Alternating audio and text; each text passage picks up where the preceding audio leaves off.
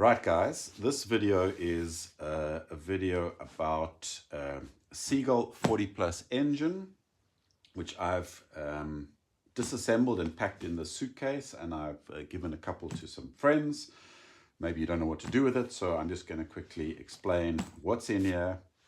We'll take it out, explain how it all works and what can go wrong, and then in another video I'll explain how to put it back together. So what you've got in here is firstly some instructions. Let's put that over there. You've got a bag of tools, and then you've got all the bits and pieces of the engine.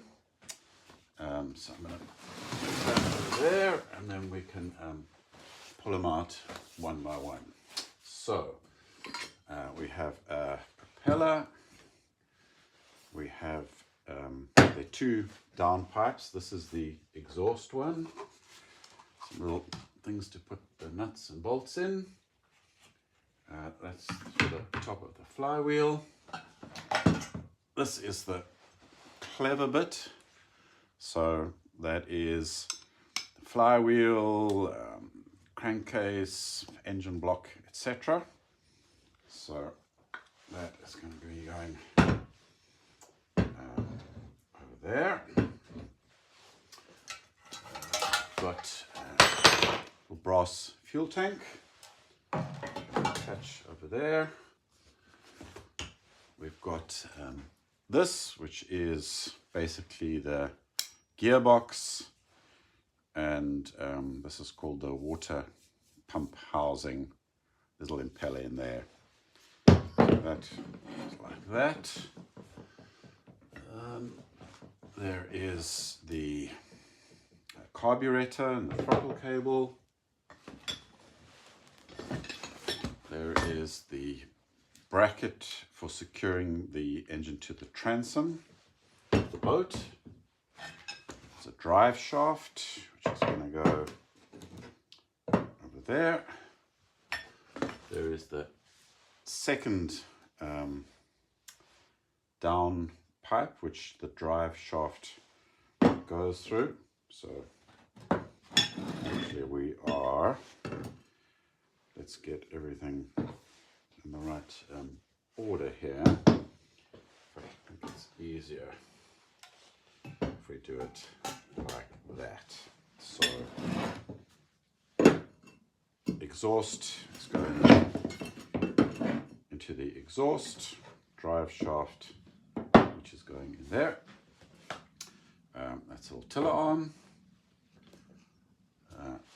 This clips into here, and that is the little safety bracket that joins it together.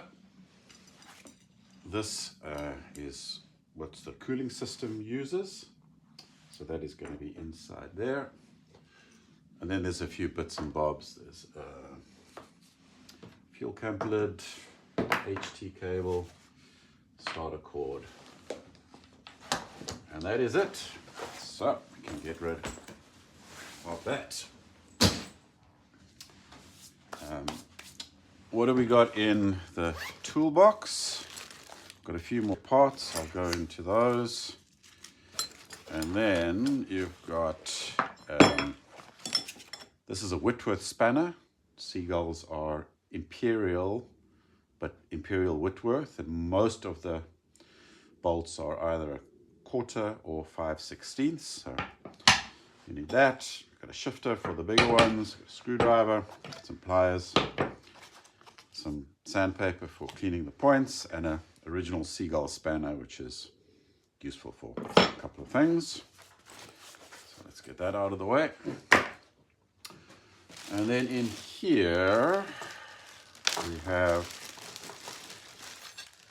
the fuel pipe that joins the tank to the carburetor, and I'll explain that in a sec. Let me put that over there. And then we've got a bunch of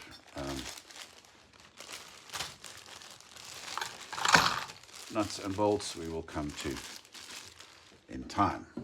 Okay, let's just see that you can see all of this. Okay, so this is a Seagull 40 Plus. The 40 refers to the capacity of this little cylinder, which I think is 40 cubic inches, so it's 63 cubic centimeters. It has no clutch, so when it's spinning, the propeller is turning. If you want to know the year of it, there is the engine number, SJP229E7. So the E is the month, so A, B, C, D, E, 5. So it'll be the 5th month, it'll be May. There's only one E, so it's 60s, and the 7 is the year. So this one is May 1967. That's a little interesting tidbit for you. So a Seagull, basically, there are 4 kind of different systems going on here. So the first system is like the drivetrain, we could call it. So that is the engine with a piston. It's going up and down. It's turning the crankcase, which is turning this flywheel.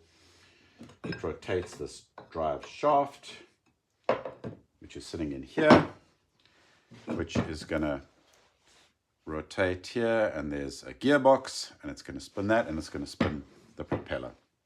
So that's system 1. If you wanted to have a quick look, actually, because we've got it open, inside there you can see the piston going up, and there it is coming down, and there are the piston rings, which I've replaced. So that's quite neat. It's a pretty robust system, that one. Not too much goes wrong. You need to put the right oil in here. You don't put grease in, you put an EP140 oil in.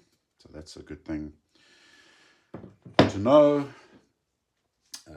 If it's really old engine, maybe you've got to replace the piston rings if there's not good compression, but generally that's pretty bulletproof.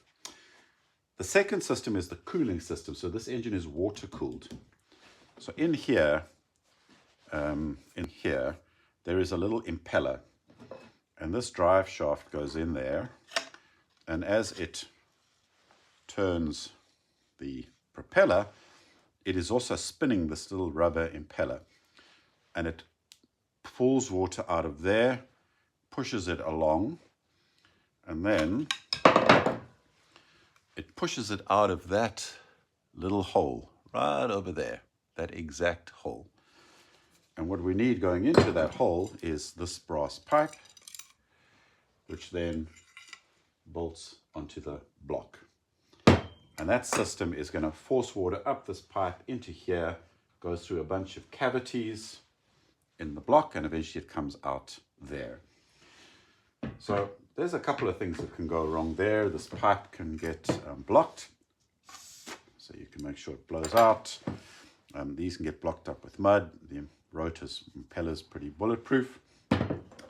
Mostly what goes wrong is it corrodes inside the block, and then the water's not getting all the way around the engine, and it starts to overheat or just starts to dribble out of there.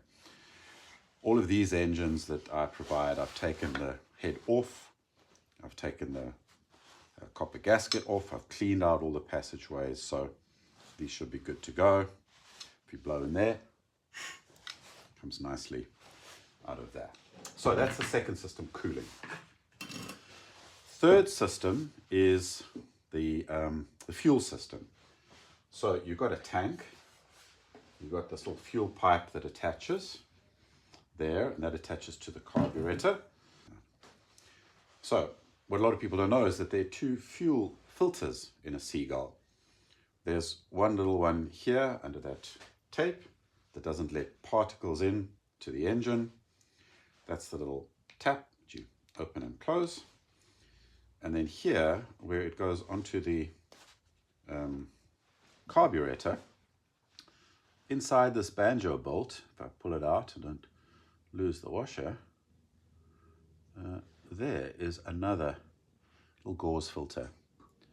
So those need to be cleaned every now and again. If they get gummed up with oil, then it's going to be struggling to get fuel throughout the system. It gets then into the carburetor, which is here. So that's sitting on the engine like that. That's a float bowl. That's on the engine. It draws air in there. When you start the engine, this is the choke. If you push that in, it's restricting the airflow, choking the airflow, which means the mixture will be richer. So that's good to start it. Once it's running, you flick that up like that. What can go wrong here is if you don't run it dry, then you might leave fuel and oil mix in this bowl and it gums up the jet. So you need to kind of take this off and clean that. It's got a little tapered needle that goes in, and you can see it there. On the original Seagulls, the fuel mix is 10:1. That's what most of them are. British Seagull then introduced a new needle, which if you fit it, which I've done, then you can run it on 25:1, which is kind of more user-friendly, environmentally friendly, let's call it. So basically what can go wrong here is it just gets gummed up and you need to take things out and clean them, and you need to make sure you've got the right mix. The final system is the ignition system, which is what's creating the spark that's driving the engine. So inside the flywheel is a condenser here. This is actually a magneto, so it's got magnets in it. And as it spins, it creates a current here, which then has got to jump across the points, which are under this little brass cap. And that current will then come out of here. And we would have then plugged our HT lead in there, and then it'll spark at the end. So I'm going to show you in a sec how that works, and I'll put it on the bench.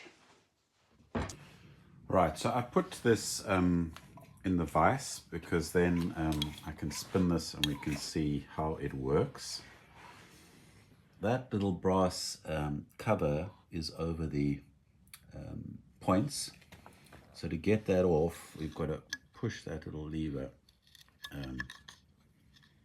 to the side, which I will do with a screwdriver, and then we can have another look. Right, so I took that off, and that little top will come off. Let's put that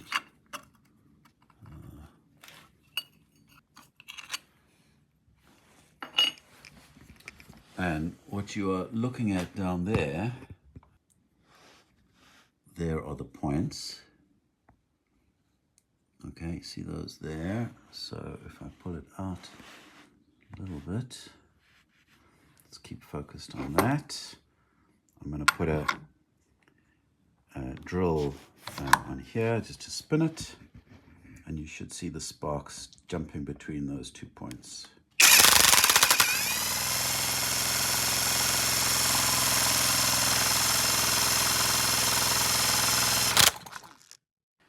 And then finally, if we attach the HT lead, the spark plug, which needs to be earthed there on something that's on the cylinder head.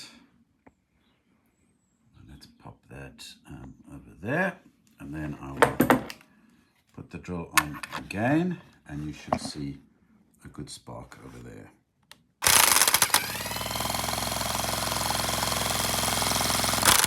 Right, so finally a summary of what we've got here.